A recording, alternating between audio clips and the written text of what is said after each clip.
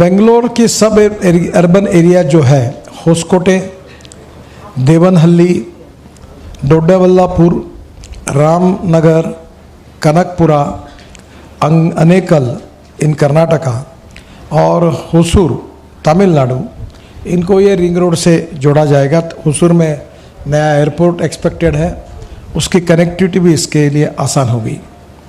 It provide connectivity to propose multi modal logistic park at Dabaspet and propose Pune Bangalore greenfield express highway को भी इसकी connectivity मिलेगी। The bypass will also improve the port connectivity to Chennai port and Krishnapatnam port in Andhra Pradesh. यह IT industry को भी मदद करेगा और निश्चित रूप से इसके जो पैकेजेस हैं उसमें हमने काफ़ी काम कर लिया है। इसके बाजू में जो गवर्नमेंट लैंड होगी उसमें राज्य सरकार भी कुछ डेवलपमेंट करे और logistic park, container depot, multi modal hub अगर बनाने के बारे में उन्हें जगह अवेलेबल कर दी तो हम इन्वेस्टमेंट करने के लिए तैयार हैं।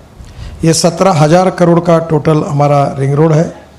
इसमें 35 किलोमीटर स्ट्रेच तमिलनाडु में है और इसकी टोटल कीमत जो है 17,000 करोड़ है और ये 6 पैकेज में बेंगलोर में है।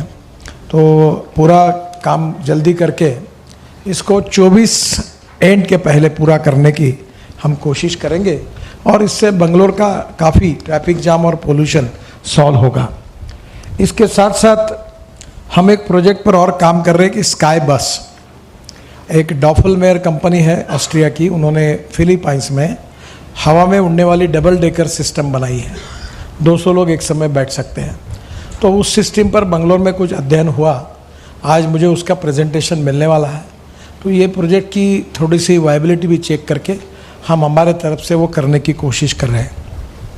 एक बहुत इम्पॉर्टेंट है जो चेन्नई बेंगलोर, ये भी बहुत इम्पॉर्टेंट रोड है। आज सभी पैकेजेस पे काम शुरू हो रहा है। साधारणतः मार्च 2024 के पहले इसको पूरा करने की हम कोशिश कर रहे हैं। 26 जनवरी की तारीख मैंने दी है, तो ये भी रोड बहुत इम्पॉर्टेंट होगा। एक हम नया रोड बना रहे हैं जिसमें उत्तर भारत से यानी दिल्ली, पंजाब, हरियाणा, कश्मीर, उत्तराखंड, हिमाचल, गुजरात, राजस्थान, ये पूरा ट्रैफिक जो आता है साउथ में, कर्नाटक, केरल, तमिलनाडु, आंध्र और तेलंगाना, ये मुंबई आता है। मुंबई से पूना जाता है और पूना से कोल्हापुर और पूना से सोलापुर, 2 मार्ग से साउथ में आता है। पर अभी हमने नया निर्णय किया जिसके कारण डायरेक्ट सूरत से नासिक, नासिक से अहमदनगर, अहमदनगर से सोलापुर, सोलापुर से कर्नूल और फिर कर्नूल से चेन्नई, त्रिवेंद्रम, हैदराबाद, सब कनेक्टिविटी वहाँ से साउथ की होगी। तो ये करीब 48,000 करोड़ का है और ये सूरत चेन्नई एक्सप्रेस हाईवे और सोलापुर कर्नूल चेन्नई इकोनॉमिक कॉरिडोर है। ये 6 राज्यों से चल जाएगा, Gujarat, Maharashtra, Karnataka, Telangana and Andhra Pradesh and Tamil Nadu. Surat Chennai project 6 lane access control expressway, वो टोटल 1270 किलोमीटर है। इसकी 48,000 करोड़ कीमत है। और Solapur Kurnool highway is an axis control corridor with A total length of 340 kilometre and total capital cost is 11,000 kilometre. तो ये जो 340 किलोमीटर है, ये अभी इसमें से 294 किलोमीटर 10,000 करोड़ के काम अवार्ड हो गए हैं। It passes through 4 states, Maharashtra, Karnataka, Telangana and AP, Andhra Pradesh. ये सबसे इम्पॉर्टेंट है कि कर्नाटक के जो डेवलपिंग डिस्ट्रिक्ट्स हैं, कलबुर्गी, यादगीर, रायचूर इन नॉर्थ कर्नाटका, उसमें इसका डेवलपमेंट में बहुत फ़ायदा होगा। It will boost tourism and pilgrimage the region of north Karnataka. It will connect economic centres like Chennai, Kurnool, YSR Kadapa, Kalaburagi and Solapur. It will increase economic activity in underdeveloped region of Karnataka. Work in Karnataka has been divided in 4 packages with total length of 223 km and cost is 9,000 crores. Solapur to Kurnool travel time will be reduced from 10 hours to 4 hours. इससे logistic cost कम होगी. हमारे देश में logistic cost जो है वो 16% तक जाती है. अमेरिका और यूरोपियन कंट्री में 12% है और चाइना में 8 से 10% है.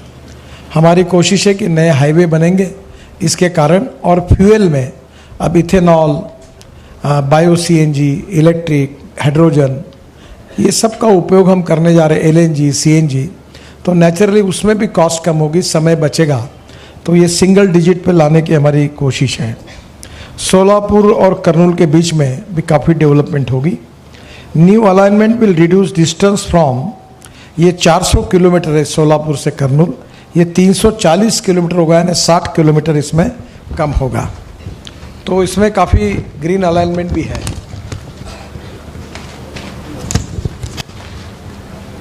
ये काफ़ी काम शुरू हो गया है, उसके डिटेल्स मैं अपने इसमें डिटेल में वेबसाइट पे डाल दूंगा। ये पुणे से बेंगलोर जो न्यू ग्रीनफील्ड है, ये प्रपोज हाईवे भारतमाला फेज़ 2 में है। ये 6 lane access control greenfield highway है, 700 kilometre, 500 kilometre will pass through Karnataka and 200 kilometre to Maharashtra. इसकी कॉस्ट 50,000 करोड़ जाएगी। और मुंबई पुणे एक्सप्रेस से जुड़ने के कारण ये मुंबई, पुणे और बेंगलोर ऐसा हाईवे तैयार होगा, और बेंगलोर चेन्नई एक्सप्रेस हाईवे को भी इसकी कनेक्टिविटी होगी, तो इससे चेन्नई जाने के लिए भी आसान होगा। It will increase economic and industrial activity in developing districts of north Karnataka, Bijapur, Bagalkot, कोपाल and Gandak. तो ये बहुत ही इम्पॉर्टेंट है। अभी इसके अलावा और एक इम्पॉर्टेंट हाईवे है, वो मैं पहली बार बता रहा हूँ, वो है बेंगलोर कड़ाप्पा विजयवाड़ा। ये भी बहुत इम्पॉर्टेंट है। The 342 kilometre long Bangalore Kadapa Vijayawada greenfield access control corridor connecting the two major cities of Karnataka and Andhra is being developed at a total capital cost of 14,000 crore. It will reduce the distance between the two cities by about 75 kilometre distance कम करेगा, और travel time जो है वो भी 5-6 घंटे से वो 3 घंटे तक आएगा। The corridor enhances connectivity to existing and upcoming economic and industrial nodes such as Guntur, Kadapa and Koparthi. Bids for 275 km of the corridor have been invited, and the contracts for entire corridor are targeted to be awarded end of 23. The corridor will be open in public by 25-26. This is also one of the important corridor. हम logistic park भी बना रहे हैं और अभी public transport को priority दे रहे हैं। मैंने कल ट्रांसपोर्टर को भी रिक्वेस्ट की है कि Bangalore to Mysore air condition business class जैसी सीट बनाकर, ये 1.25 घंटे का 1 घंटे का जो 1.25 घंटे का सफ़र होगा, ये कंफर्टेबल होगा, तो बड़े प्रमाण पर लोग अपनी गाड़ियों के बजाय इसका यूज़ करेंगे, जिससे पब्लिक ट्रांसपोर्ट बढ़ेगा। हमने यहाँ 55-52 किलोमीटर रिंग रोड भी बना है। इस साल अनअवॉइडेबल बहुत पानी आया है, और जिसके कारण यहाँ काफ़ी वाटर लॉगिंग हुआ इस रोड पर। हमने इसका अध्ययन किया है, टेक्निकली भी कर रहे हैं, उसमें जहाँ जहाँ सुधार होगा वो सुधार भी करेंगे। रोड सेफ्टी ऑडिट भी करेंगे। यहाँ कोई एक्सीडेंट नहीं होने चाहिए। कुछ कर्व्स बहुत है जहाँ कुछ हुए हैं, मैंने सूचना दी है कि वहाँ लोगों के लिए डेंजरस कर्व ऐसे कुछ और साइनेज लगाने चाहिए, ताकि ड्राइवर सावध हो जाएंगे, और उसका रोड सेफ्टी ऑडिट भी करेंगे। पानी का जो लॉगिंग हुआ है उसके ऊपर भी हमारी सिस्टम को भी हम चेक करेंगे, और पानी कहीं रुकना नहीं चाहिए, इसके लिए पूरी कोशिश करेंगे। पर इस साल जो पानी आया था अनअवॉइडेबल, पिछले 10 साल के एवरेज थे, वो सब तोड़कर काफ़ी पानी आया था, और इसकी समस्या आप लोगों को काफ़ी तकलीफ हुई, मुझे भी सभी लोग प्रतिनिधियों ने कहा है। अब उसके कारण जो नुकसान हुआ वो विषय हमारे पास तो नहीं आता है, वो स्टेट गवर्नमेंट उसके ऊपर गौर करेगी, पर बाकी सिस्टम में जो प्रॉब्लम है वो सुधारेंगे। मैं आपको थोड़ा देरी हुई इसलिए क्षमा मांगता हूँ, और पत्रकार जो है इसके संबंध में कोई सवाल पूछना चाहते तो मैं उसके जवाब दूंगा। Thank you very much. नमस्कार।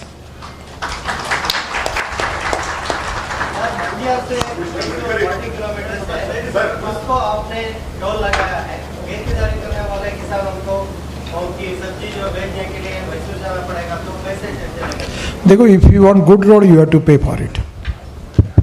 आपको अच्छे रोड चाहिए तो आपको टोल देना पड़ेगा, उसमें बचत होती है। जैसे मैसूर से बेंगलोर पहले जाने के लिए कितना समय लगता था, गाड़ी कितनी चलती थी, गियर कितने बार पलटते थे, फ्यूल कितना खर्चा होता था, तो टाइम और फ्यूल का जो सेविंग है उसमें आपको देना पड़ेगा। हम इतने बड़े बड़े रोड्स बना रहे करोड़ों के, कर्नाटक में 3.5 लाख करोड़ के काम कर रहे हैं। तो बजट से तो हम काफ़ी लैंड एक्विजिशन करते हैं, पर ये सब पब्लिक प्राइवेट पूरे वर्ल्ड में जब एक्सप्रेस हाईवे अमेरिका में भी होंगे तो भी टोल देना पड़ता है, देना पड़ेगा टोल सर, वहाँ सबको देना पड़ेगा, पत्रकारों को भी देना पड़ेगा, कोई सहूलत नहीं मिलेगी। मुझे बहुत बार पूछते हैं कि ये इसको सहूलत मिलेगी, तो किसी को सहूलत नहीं मिलेगी। जिसको जिसको रोड एंजॉय करना, आप देखो कितना सुंदर रोड बना है। मैं आज ऊपर से देख रहा था, बहुत सुंदर डिज़ाइन हुआ है, और जब आप बेंगलोर से मैसूर जाओगे तो पक्का मुझे याद करोगे, इतना सुंदर रोड है। और जो बीच में जाने वाला ट्रैफिक है उसको लिए दोनों बाजू में 2 लेन बनाई है, और हमने 52 किलोमीटर बाईपास बनाया, नए रोड बनाए, और इसके ऊपर अभी लैंडस्केपिंग, अच्छे फ्लावर्स, उसके बढ़िया ट्रीज लगेंगी, तो हम उसको और रोड सेफ्टी की दृष्टि से भी, दोनों दृष्टि से ठीक से और उसको ठीक करेंगे। Mr. Gadkari साहब, हाँ। see, you announced more than 15 to 20 projects now while addressing the press conference. My question is, though you have expedited the projects across the country, how far you are successful to cut down the escalation of the projects in the country? Because it is hard-earned money of the taxpayer, and the previous governments also, the projects escalated and it was burden to the government. And second thing, from Bangalore to Kanakpura and from Mysore to Coimbatore. See, Coimbatore is another industrial area. Why is that that road has been literally stopped? There is no work going on from Mysore to Coimbatore and also from Bangalore to Kanakpura. वो हमने contractor को replace किया है, वो contractor सद्भाव करके थे, वो फेल हो गए, उनको टर्मिनेट किया है, और नया रिप्लेसमेंट होगा, वो दोनों रोड का काम पूरा हो जाएगा। एस्केलेशन के बारे में ये पूरे पैकेज जो है ये 17%, 18% बिलो गए हैं। दूसरी बात ऐसी है कि इस रोड के बाद जितने स्टेज पर बैठे ये लोग प्रतिनिधि और देवेगौड़ा साहब तक, सब ने मुझे आकर इतने अंडरपास, ये एमपी बैठे हैं मैसूर के, इतने अंडरपास मांगे, मैंने लगभग सब दिए, तो कॉस्ट बढ़ी है। मैं आपको एक बात बता दूं कि मैंने अभी 8 साल में 50 लाख करोड़ रुपए के काम किए मेरे मिनिस्ट्री में, और एक भी कॉन्ट्रैक्टर को मुझे मिलने की जरूरत नहीं पड़ी। There is no corruption, no compromise with the quality, और जहां हमारे यहाँ काम बढ़ता है, एडिशनल स्कोप ऑफ वर्क बढ़ता है, उसके कारण एस्केलेशन होता है। एक बात जरूर है कि हमें land acquisition, utility shifting, environment forest clearance, इसमें काफ़ी दिक्कतें आती है।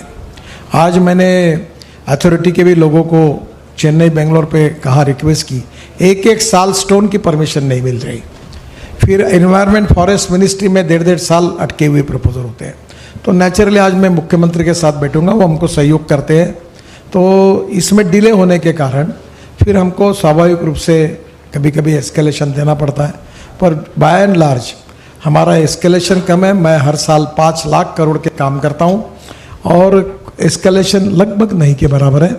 और अभी हमने टेक्निकल और फाइनेंशियल क्वालिफिकेशन इतने अच्छे किए हैं कि हमारे प्रोजेक्ट 38%, 35%, 30% बिलो जाकर काम होता है, और हम क्वालिटी के बारे में काफ़ी स्ट्रिक्ट है। आपको भी क्वालिटी के बारे में कई गड़बड़ लगती है तो मुझे बताइए। How many projects have been completed on time? Because most of the projects are completed only after 2 years. मैं आपको प्रश्न पूछता हूँ कि कौन सा प्रोजेक्ट ऑन टाइम पूरा नहीं हुआ, आप नाम बताइए। No, in case of Bangalore, Mysore, we expected some 1.5 years earlier. Sir ऐसा है कि ये पहले प्रोजेक्ट एक पीओटी में दिया गया था, उनसे निकालते निकालते उनका अधिकार था टोल कलेक्ट करने का, उसमें लीगल कॉम्प्लिकेशंस थी। येदुरप्पा जी जो थे तब से मैं, वो मिस्टर किनी करके थे, उनको यही है केनी आप ही है ना, तो फिर वो लीगल कॉम्प्लिकेशंस थे, उसके सबके सॉल्यूशन निकालने पड़े, और निकलने के बाद फिर उसके साथ हमने अलाइनमेंट बदली, 52 किलोमीटर नई अलाइनमेंट की, उसमें फॉरेस्ट इन्वायरमेंट क्लियरेंस के प्रॉब्लम आए। अभी भी 2-3 जगह अंडरपास बनना नहीं, तो लोगों ने काम को रोकने के लिए वहाँ एजिटेशन किया, रोका, तो सबके प्रॉब्लम सॉल्व करते हुए जा रहे हैं। अब इसलिए ये कॉरिडोर ऐसा है कि ये बिजिएस्ट कॉरिडोर भी है, और दूसरा दोनों बाजू में डेवलपमेंट हो गई है। हमने मैक्सिमम घरों को, बिल्डिंगों को बचाते हुए और इन्वायरमेंट को प्रोटेक्ट करते हुए अलाइनमेंट की है। तो अब फरवरी में इसका इनॉग्रेशन हो जाएगा, और इसकी कॉस्ट में ये करीब 18% बिलो जाकर हमने टेंडर दिए थे। एडिशनल स्कोप ऑफ वर्क जो कुछ जगह हुआ अंडरपास बने, फ्लाईओवर अलग बने, उसके कारण थोड़ा एडिशन